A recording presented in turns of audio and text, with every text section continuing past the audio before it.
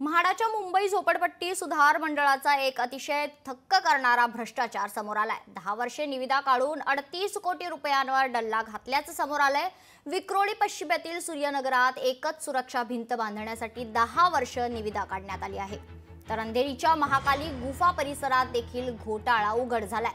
बांधकाम झाल्याचा दावा केला, मात्र प्रत्यक्षात भिंतच बांधलेली नाहीये। संरक्षक भिंतीच्या बांधकामात घोटाळा झाल्याचा आरोप होतोय।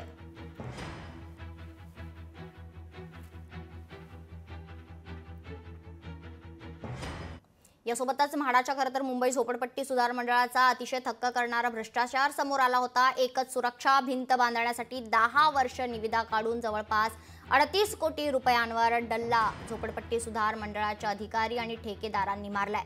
मात्र ही भिंत प्रत्यक्षात एकदाच बांधण्यात आली आहे आणि 10 वेळा खरं तर कागदावर बांधून अधिकारी आणि ठेकेदारांनी कोट्यवधी रुपये लुटलेले आहेत। मुंबईतील विक्रोळी पश्चिम येथील सूर्यनगरच्या डोंगरावर असलेल्या वस्तीवर ही जवळपास 6 फूट उंच आणि 1 किलोमीटर लांब अशी ही भिंत आहे, जिथे लोकांना आपला जीव हातात घेऊन जगावं लागतंय। याचा आढावा घेतलाय आमचे प्रतिनिधी चंद्रशेखर भांगे यांनी।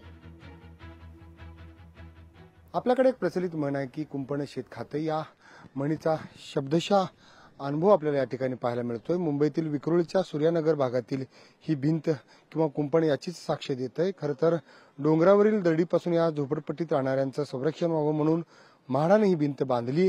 ही भिंत म्हाडानं मागील 10 वर्षात 10 वेळा बांधली आणि त्यावर तब्बल 38 कोटी रुपये खर्च केलेत। ही भिंत बांधली एकदाच, बिल मात्र काढले 10 वेळा भिंत बांधली आहे ती फक्त कागदावर। म्हाडाच्या मुंबई झोपडपट्टी सुधार विभागाच्या या अधिकाऱ्यांची ही कमाल आहे। शासनाच्या तिजोरीवर दिवसाढवळा डल्ला मारण्याचा हा सगळा प्रकार आपल्याला या ठिकाणी मुंबईतील विक्रोळीच्या सूर्यनगर भागामध्ये पाहायला मिळत आहे। लोकशाहीसाठी मी चंद्रशेखर भांगे, विक्रोळी सूर्यनगर। लोकशाही मराठी ऐका, पहा, जागरूक रहा।